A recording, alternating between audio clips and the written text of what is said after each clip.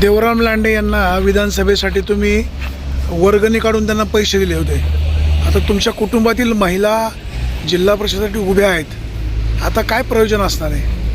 खरं तर म्हणलं तर वाणी साहेब, देवराम लांडे हे विधानसभेला उभे होते त्यावेळेस आदिवासी माणूस म्हणून त्या भागामध्ये सर्व आदिवासी पट्ट्याने त्यांना सहकार्य करण्याची भूमिका ठेवली. सहकार्याची भूमिका ठेवत असताना खरं तर तो माणूस आदिवासींनाच फसवलं गेलं जातं. आदिवासी समाज हा भाळा भाबडा असतो आणि एखादा गोड माणूस बोलला त्यानंतर लगेच त्या शब्द विश्वास ठेवतो.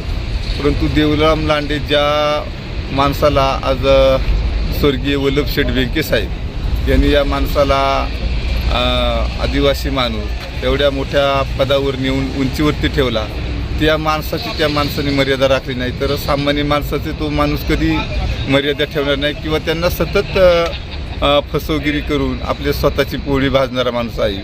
आदिवासीच्या टाळूवरचा लोणी खाणारा तो माणूस आहे. पाठीमागं विधानसभेमध्ये आमदारकी म्हणून लढवली आणि आदिवासी समाजाने त्यांना 22-23 हजार मतदान केलं.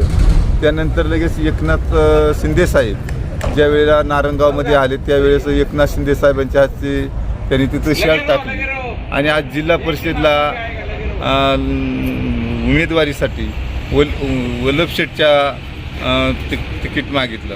आज तो माणूस आम्ही त्याबरोबर असताना वल्लभशेठलाही तो खालच्या शब्दामध्ये बोललेला माणूस आहे.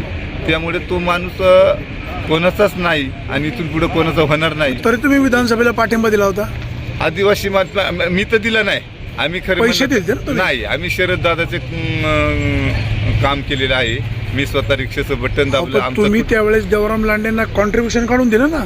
नाही. आता माणूस आहे बघा साहेब, जर कुठलाही उमेदवार आपल्याकडे मत मागण्यासाठी आलं तर त्याचं आपण तिथं स्वागतच करणार ना साहेब. कुठल्याही याला आज आम्ही जिल्हा परिषदमध्ये उमेदवारी मागतोय दादा का आज उद्या लोकांकडे आम्ही जाणार आहोत तेव्हा प्रत्येक माणसाकडे आपण विनंती करणार आम्हाला मतदान द्या. त्यावेळी त्यांनी ते मताची मागणी केली होती त्यावेळेस.